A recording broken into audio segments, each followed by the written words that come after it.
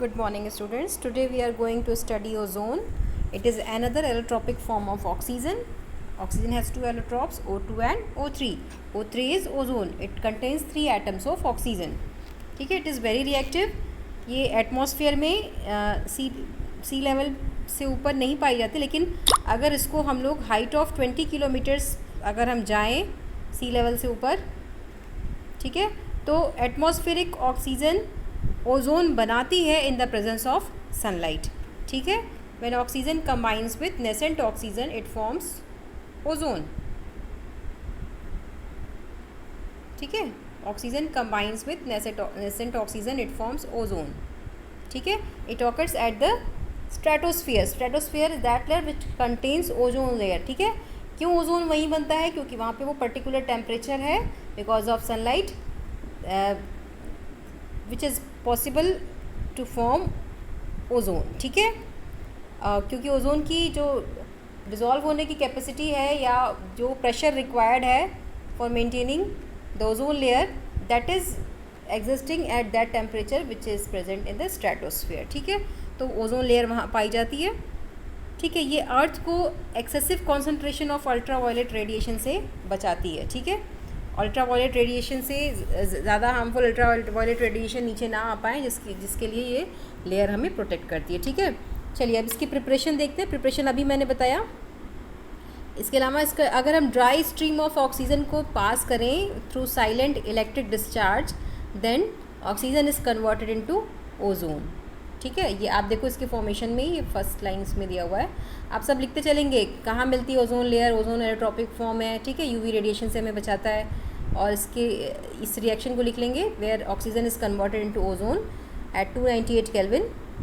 ठीक है, and this is an endothermic reaction for which electric discharge is used here. ठीक है, ये एंडोथर्मिक प्रोसेस है, conversion of ozone from oxygen. ये स्पॉन्टेनियसली नहीं हो सकता, आपको इसको एंडोथर्मिक प्रोसेस, आपको इसको हीट देनी पड़ेगी, हीट रिक्वायर्ड है.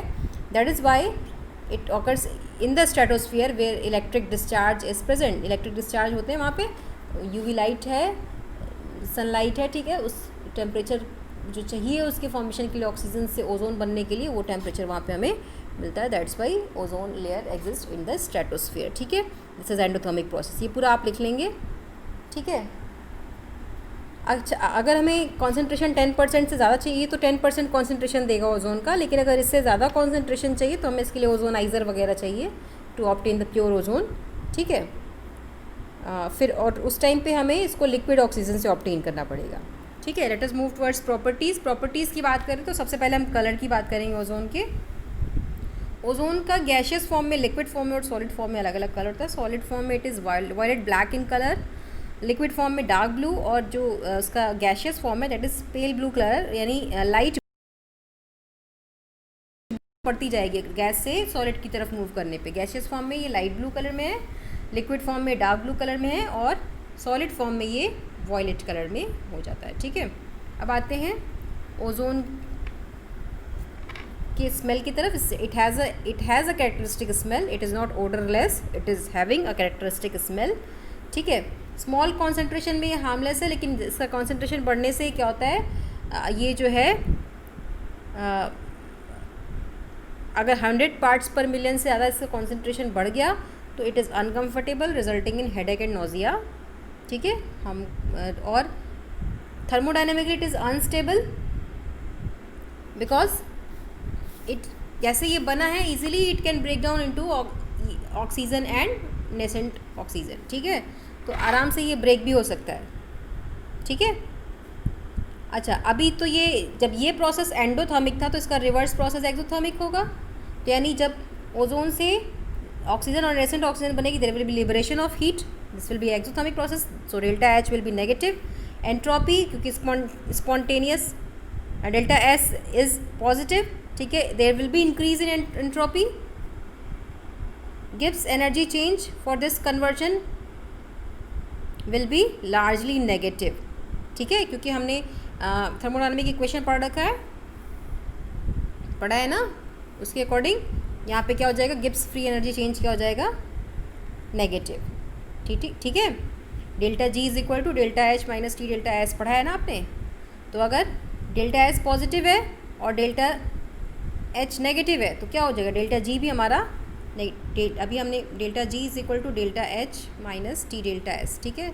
अगर ये वैल्यू पॉजिटिव है और ये वैल्यू नेगेटिव है तो टोटल वैल्यू हमारी क्या आएगी, नेगेटिव ही आएगी, तो डेल्टा जी जो है लार्जली नेगेटिव हो जाता है, ठीक है। अब हम लोग बात करते हैं, हाँ, यानी इसका high concentration that is dangerously explosive, delta G बहुत ज़्यादा नेगेटिव हो रहा है, इसका मतलब this will B N explosive reaction, ठीक है। अब आप बात करेंगे, अब हम बात करेंगे oxygen, sorry, ozone is giving nascent oxygen, और नेसेंट ऑक्सीजन जहाँ भी मिलता है that is having oxidizing property, so ozone is very good oxidizing agent, very powerful oxidizing agent, ठीक है। तो इसकी ऑक्सीडाइजिंग कैपेबिलिटी से रिलेटेड कुछ रिएक्शंस यहाँ दिए हुए हैं, आप ozone as an oxidizing agent heading डाल करके ये पोर्शन, जो अभी मैंने कलर की बात की, जो मैंने अभी डेल्टा जी डेल्टा एच की बात की, डेल्टा एस की बात की, वो लिखेंगे आप, और फिर इसकी ऑक्सीडाइजिंग प्रॉपर्टी के लिए ये दोनों रिएक्शन लेड सल्फाइड को कन्वर्ट करता है ये लेड सल्फेट में, ठीक है। Here lead is converted from +2 to +4, so it is oxidation, that's why it is oxidizing agent. और आयोडाइड आयन को ये कन्वर्ट कर देता है आयोडीन में, तो यानी -1 से 0 होना भी क्या है, increase in oxidation number, that's why this is also oxidation, ठीक है। ये आयोडीन में कन्वर्ट कर देता है इसको, तो दोनों ही रिएक्शन आप ओजोन की ऑक्सीडाइजिंग प्रॉपर्टी के लिए लिख सकते हैं, याद भी करना हो, क्योंकि कई बार ozone is an oxidizing agent prove करके क्वेश्चन पूछा आएगा, तो आपको ये रिएक्शंस लिखने पड़ेंगे, ठीक है। अब हम लोग बात करते हैं और किसी रिएक्शन में जहाँ इसकी ऑक्सीडाइजिंग प्रॉपर्टी हो रही हो, तो वो है nitric oxide. Nitric oxide when reacts with ozone it forms nitrogen dioxide, ये रिएक्शन भी नीचे ही दिया हुआ है इसके, दिस रिएक्शन, ठीक है, ठीक है। तो इस रिएक्शन का इस्तेमाल कहाँ होता है, इस रिएक्शन का इस्तेमाल होता है जो सुपरसोनिक जेट एरोप्लेन्स वगैरह होते हैं, उनसे नाइट्रोजन ऑक्साइड एमिट होती है एज ए पॉल्यूटेंट, ठीक है। तो ये पॉल्यूटेंट जब सुपरसोनिक जो जेट एरोप्लेन्स होते हैं ये स्ट्रेटोस्फीयर्स में ही उड़ते हैं, ठीक है। तो अब ये क्या करेंगे, वहाँ पे रिलीज़ करेंगे नाइट्रोजन ऑक्साइड्स, ये nitrogen oxides they are very reactive towards ozone, ozone से रिएक्ट कर लेंगे और नाइट्रोजन डाइऑक्साइड में कन्वर्ट हो जाएंगे, और ozone will be converted into oxygen. तो यानी क्या हुआ, यहाँ ओजोन था पहले, वो ओजोन लेयर अब किस में कन्वर्ट हो गई, that is converted into oxygen. ये रिएक्शन की बात कर रही हूँ मैं। Nitric oxide is emitted from jet airplanes, jet aeroplane supersonic जो बूम्स प्रोड्यूस करते हैं, that is having in stratosphere, क्योंकि स्ट्रेटोस्फीयर में ही एरोप्लेन्स वगैरह उड़ते हैं, ठीक है। तो अब वो जो as a pollutant nitric oxide release हुआ है, that will combined with the ozone of the ozone layer and ozone will be converted into oxygen। तो इसका मतलब this is the cause of ozone layer depletion, ठीक है। तो ये एक कॉज हो गया ओजोन लेयर डिप्लीशन का। इसके अलावा भी एक कॉज है ओजोन लेयर डिप्लीशन का, वो आप जानते हो, वो रेफ्रिजरेंट में जो एरोसॉल में जो यूज़ होता है स्प्रे, दैट इज़ फ्रेयॉन्स, वो फ्रेयॉन्स भी एक कॉज है ओजोन लेयर डिप्लीशन का। तो आप ये दोनों कॉज भी लिख लेंगे फॉर ओजोन लेयर डिप्लीशन, ठीक है, that is supersonic jet aeroplanes and freons, ठीक है। ये रिएक्शन भी लिख लेंगे। अब बात करते हैं स्ट्रक्चर की। ओजोन का स्ट्रक्चर आपने क्लास 11th में देख रखा है, it is having bent shape और एंगुलर शेप, ठीक है। इसका बॉन्ड एंगल 117 है, ऑलमोस्ट इक्वल टू 120 डिग्री, ठीक है। तो 170 डिग्री बॉन्ड एंगल है। This is two resonating forms, these are resonant hybrids, that's why it is stable, ठीक है। यहाँ देखो, यहाँ ऑक्सीजन को आपको 3 कोवेलेंसी भी दिख रही है, ठीक है, इट इज़ नॉट एग्जैक्टली 3, ये रिजोनेटिंग फॉर्म है, हाइब्रिड्स फॉर्म है, ठीक है। तो ये बॉन्ड मतलब हाइब्रिड है, तो रिजोनेट करता रहता है ये lone pair, so that's why this is hybrid form. पर आप अगर देखो इस किसी एक रिजोनेंट हाइब्रिड में, तो आपको यहाँ पे कोवेलेंसी 3 भी दिख रही है, ठीक है। चलिए आगे बढ़ते हैं इसके यूजेस की तरफ। यूजेस आप जानते हो, it is used as germicide, disinfectant, poisonous है तो ये एज अ जर्मीसाइड डिसइंफेक्टेंट ही यूज़ हो सकता है। इसको वाटर को साफ़ करने के लिए भी ओजोन का इस्तेमाल करते हैं। आजकल आप देखते हो कि जो आरओज़ वगैरह आते हैं उसमें यूवी टेक्निक और ओजोन टेक्निक सब लिखा होता है ना, तो that ozone is use for the purification of water in ROs, ठीक है, that is for sterilizing water, ठीक है। इसके अलावा इसको एज अ ब्लीचिंग एजेंट भी यूज़ करते हैं, ऑयल या स्टार्च वगैरह को ब्लीच करने के लिए भी यूज़ करते हैं, और ऑक्सीडाइजिंग एजेंट के रूप में तो ये यूज़ ही होता है because it is very good oxidizing agent, ठीक है। और इसको पोटेशियम परमैंगनेट बनाने में भी इसका यूज़ होता है। तो ये हो गया यूजेस ओजोन के, ठीक है। एक चीज़ बीच में छूट गई बच्चों, ओजोन को हम लोग टाइट्रेशन में भी यूज़ करते हैं, क्योंकि ओजोन जो है वो पोटेशियम आयोडाइड से रिएक्ट करती है और उसको आयोडीन में कन्वर्ट कर देती है, ठीक है। किसी भी आयोडाइड आयन से वो रिएक्ट करके उसको आयोडीन में कन्वर्ट करेगी, because it has an oxidizing property. तो ऑक्सीडेशन रिडक्शन जहाँ होता है वहाँ टाइट्रेशन भी हो सकता है ना, तो इसको हम लोग टाइट्रेशन में यूज़ करते हैं against standard solution of sodium thiosulphate. तो ओजोन एज अ टाइट्रेंट आप हेडिंग डाल करके ये वाला पोर्शन यहाँ से लिख सकते हो, ठीक है। यहाँ पे दिया हुआ है ये दिस पॉइंट, आप ओजोन एज अ टाइट्रेंट ये पॉइंट यहाँ से लिख सकते हो, ठीक है। तो क्या क्या लिखना है, लेट मी समराइज, यूजर्स भी हो गए, let me summarize all that. Summarize करने की ज़रूरत है, आप लिख लेंगे, ठीक है, क्योंकि आप वीडियो को जब स्टार्टिंग से देखोगे तो आपको समझ में आएगा, ठीक है। चलिए अब बात करते हैं सल्फ़र के एलोट्रॉपिक फॉर्म्स की। अभी तो ऑक्सीजन के एलोट्रॉपिक फॉर्म की बात हुई, अब हम बात करते हैं सल्फ़र के एलोट्रॉपिक फॉर्म की। सल्फ़र के 2 एलोट्रॉपिक फॉर्म है, monoclinic sulphur and rhombic sulphur. Rhombic sulphur is yellow, ठीक है, इसको हम लोग अल्फ़ा फॉर्म भी कहते हैं, और मोनोक्लिनिक सल्फ़र को हम लोग बीटा फॉर्म कहते हैं, ठीक है। ये सारी चीज़ें कॉपी में आनी चाहिए, ठीक है।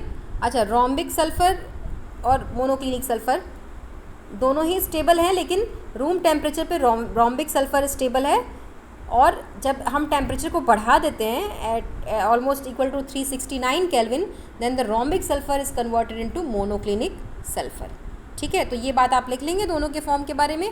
अब बात करते हैं स्ट्रक्चर की। Rhombic sulphur is yellow in colour, it has specific gravity 2.06, melting point 385.8, ठीक है। It is soluble in benzene, alcohol, ether and